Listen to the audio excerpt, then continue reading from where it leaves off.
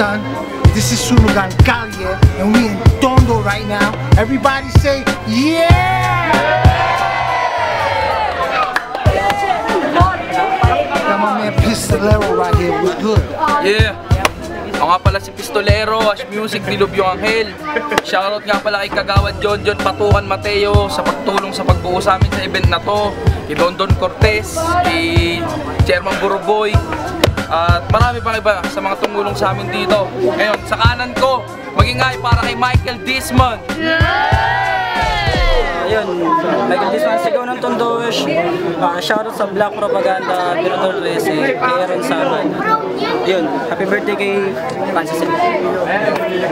Sa kaliwa ko naman, mag-ingay para kay Harlem Pet Malu.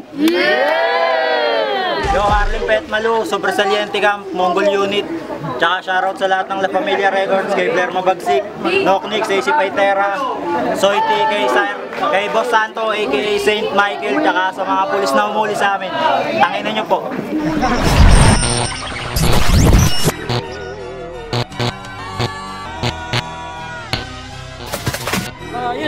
Maraming uno sa lahat. Nagpapasalamat ako sa mga pumunta.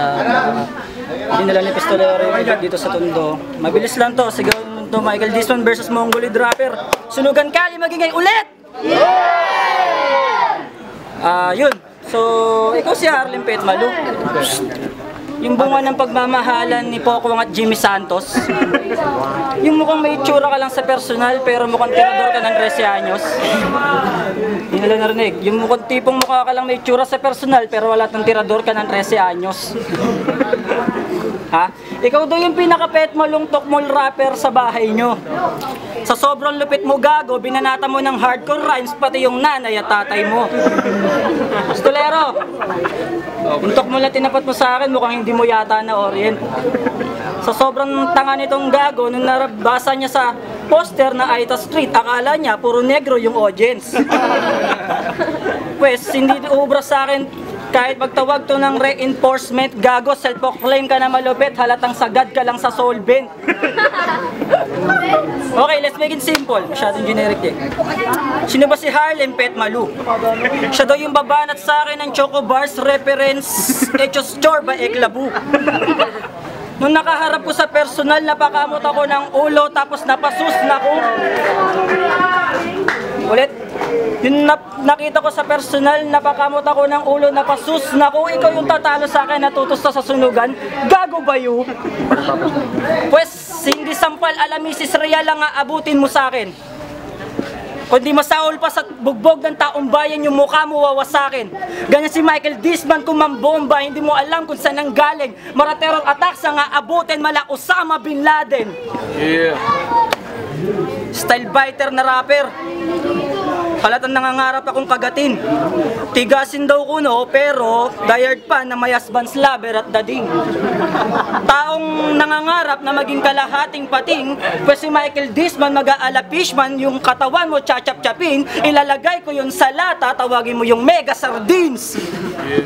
Kaya, wala akong pake, kung mag-alburuto ka pang parang bulkang mayon. Mag-ala monster o para ka pang nagwawalan dragon. Mag-ingat-ingat ka sa mga bibitawan mong patapon dahil kahit sira ulo pero mas may utak sa'yo tong kalaban mo ngayon. For the meantime, that's all. Time. Unang banat kay Harlem Pet Malu. Yo! Kalaban ko si Michael Disman. Inutil at walang kwenta. Yellow versus headshot. Parang balakid versus tukel. Benta. Kaya wala nang pahapyaw. Wala nang daplisan, tatamaan to ng missile kahit mag-please man. Di ko titigilan o kahit na freestyle ang ibanat ko. Tong si Michael, madali lang madisman. Kaya panis yang mga corning patawa at boring na rap niya sa banat ko na puro punchline na pang boxing ang katha. Tong sasabihin ko, pati sa yung OG, tatama at sa holy nagang niya kasi paano magkakaroon ng sigawang Tondo. Eh alam naman natin na walang boses ang masa. Yo! Kaya bawat tira sa pool kahit umilag ka bata, di maiwasan parang droga na sumira sa bansa. Di ka makata kahit di ko asintahin, Kita naman na parang nawala ng kompas si Bullet. Tatamaan ka pa rin ng ligaw na bala. Kaya wag kang kumontra. Kasi di ka mabangis pag nagbidawa, sakyan ka ng pangamo pag nahagip ng kaliwa. Tang twister ride the egg sa aking bagsik na taktika kasi dilay matalas kaya masakit magsalita. At bata ka lang para sa akin, di ako papagulang sa'yo, ikay mamalasin kahit magbonakid ka pa. Wala rin kasi sa battle na to parang yung pangalan ko wala sa listahan ng mga magbabattle. Kasi wala kang laban sa akin. Yeah. 1 minute and 30 seconds. Time.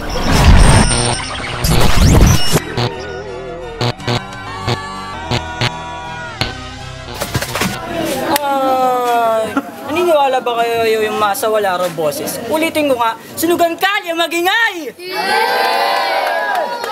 Tangina, pinarinig ko na, narinig mo ba? O talagang bingi ka lang talaga? Ha? Tangina mo ka, ang dami mo sinasabi. Puro pabango ng pangalan, puro reference, pero ang baho naman ng atake. Sobrang tindi ng hininga mo, grabe, sa sobrang baho halatang almusal ay basura. Tapos patay na daga sa tanghali, hapunan mo sa gabi ay tae. Kasi masakit isipin na wala kang isip. Di mo na gets? Masakit isipin na wala kang isip. Lumaban ka pa rin kahit alam mong hindi mo ko kayang talunin kahit doon sa panaginip. Oo, hindi mo ko kayang kusisain parang Da Vinci Code. Michael Disman versus Harlem Pet Malu. Parang pinagtapat mo lang yung beast mode sa selfie mode. Chickster na rapper, nap ng pota. Bago pumunta ng venue ay nag-selfie muna. Ang status niya, on the way to Sunugan Kalye, Gorabel sa inyong daddy. Manalo matalo, bawal ang sad, dapat laging happy. Tangina mo ka. Pala mukha mo talaga. Siya raw si Harlem Pet Malu, ang pumatay ng MC ang kanyang hobby. Respeto yung hanap gago, deep inside ang hanap mo Barbie.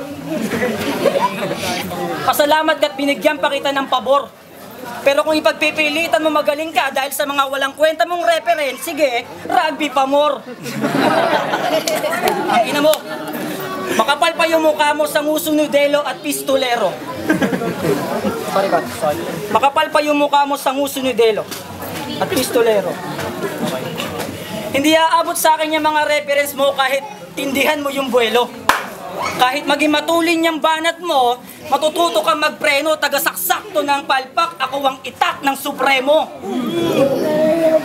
Bueno, sa mga taga rito na nakikinig ngayon, maraming salamat sa pangunawa. Rated SPG sa mga bata dahil yung kalaban kong mama parang meron tibing nakakahawa. Kayo na sana ang unang kumulata tapos yung pang-fataliting atake, ako na po ang bahala. Iitakin ko to walang awa tapos iiwan kong bulagta sa kalsada habang may subo pang granada, yung bastos ditong bunganga. Time, madapa ka. Yo, pangalawang banat kay Harlem Pet Malu. Yo, alam niyo ba, tong gagong to pa famous sa Facebook, hilig mag-like at baka daw sakaling ay mag-like back. Kaso walang talab at ni isa walang nadagdag na taga-suportang diehard. Kaya naisip ko one time, yan na ba ang basihan para masabi na famous kahit wala sa bloodline?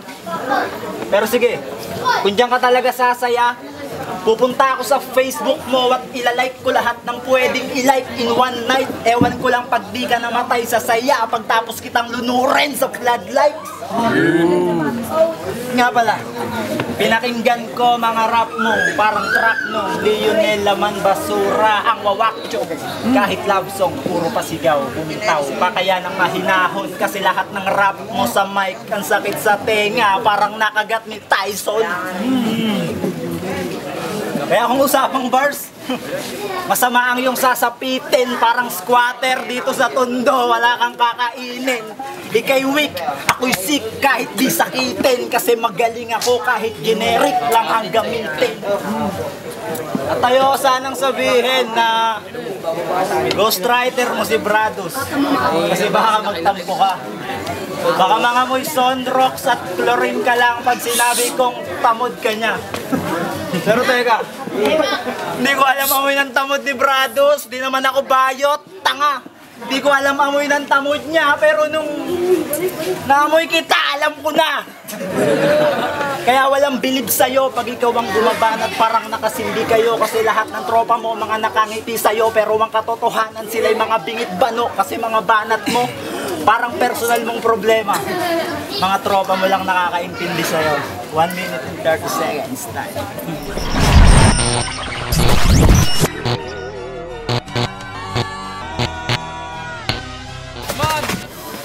Sa tono ng pananalita mo, halatang pinag-aralan mo ko parang Wikipedia.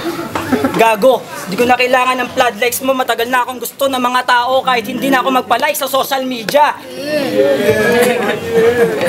Siya daw si Harlem Pet Malu. Ang kalahati ng schizo. Tangina, ang lakas din ng trip mo.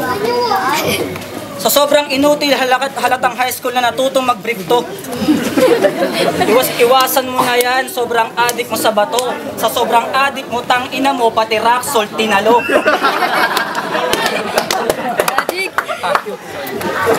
Hindi si Arlen ng schizophrenia dapat tawagin ng ipis na pagod kundi ikaw talaga. Kasi naturingan may reference bars ka, may punto, pero napakabobong bumuga. Oo, matik na yan sa bawat battle. Pag hindi ka gwapo sa eksena, itsura mo lagi ang puntirya. Stilong desperado, mga kupal umasinta. Pero ang sabi nga ng idol ko, ito'y batayan ng MC. Hindi po papugian, sunugan hanggang matusta ang isa, hindi po paputian. Kaya kung feeling mo sa araw mong yan, ikaw na yung pinakagwapo, gago. Maniniwala lang naman kami na ikaw yung gwapo kung talikuran niyang mukha mo. Oo, sigaw ng tundo. Inspirado kay Nasty Mac, Francis Magalona at Black Propaganda. Hindi mo ko kaya kahit chamba. May injury ka lang, Black Mamba. Sobrang angkop yung mga bara, pasok sa panlasa para kahit generic tang ina. Parang humit-hit ka ng ganja, malakas yung tama. At kung yung kapangalan mo sa flip-top, Mara Street Ball at Chris Bosh patating sa street ball, pes ibahin mo ako pag sumalpak. Halimaw sa crossover, tang ina mo, Lebron James, Harden, iwan 10, crossover drive, high flyer, mala Michael Jordan, dumakdak. Tapos, bububugin lang kita habang durog ang mga joints. Wala nang punto-punto, gago, prangka to magsalita, diretsahan, straight to the point. Dahil ako'y parang parokya, hindi mo kayang patahin, huwag kang magmagaling, hindi tayo magkaseng. Pet Malu, sinungaling, pakyo ka Harlem. Hindi mo kaya, huwag mo na akong sagarin, baka ako mapraneng, ikaw ay kakalad ka rin. Mapabagsakan, lalapatan, I can spit to kill, wag MCs, lalo na kung putapets at bobo. Narinig mo? I can spit to kill, lalo na kung wak MCs at putapets at bobo. Iiwang kong paralisado, isang bagsak, talagang wasak on the spot. One hit combo. Ha? Yung galing ko talagang hindi mo madidiscover. Kaya lang naman tayo pinagtapat ni Pistolero kasi parehas lang tayong mahaba yung pangalan sa poster. Pero hindi ka pa rin mananalo sa akin kahit gamitin mo yung tinatago mong reference at best rhyme. Kaya Harlem, salamat sa pag-try sa sunugan. Pero since si Michael Disman ang kalaban, you better luck next time. Tayo sa yung real talk. Sige. Real talk.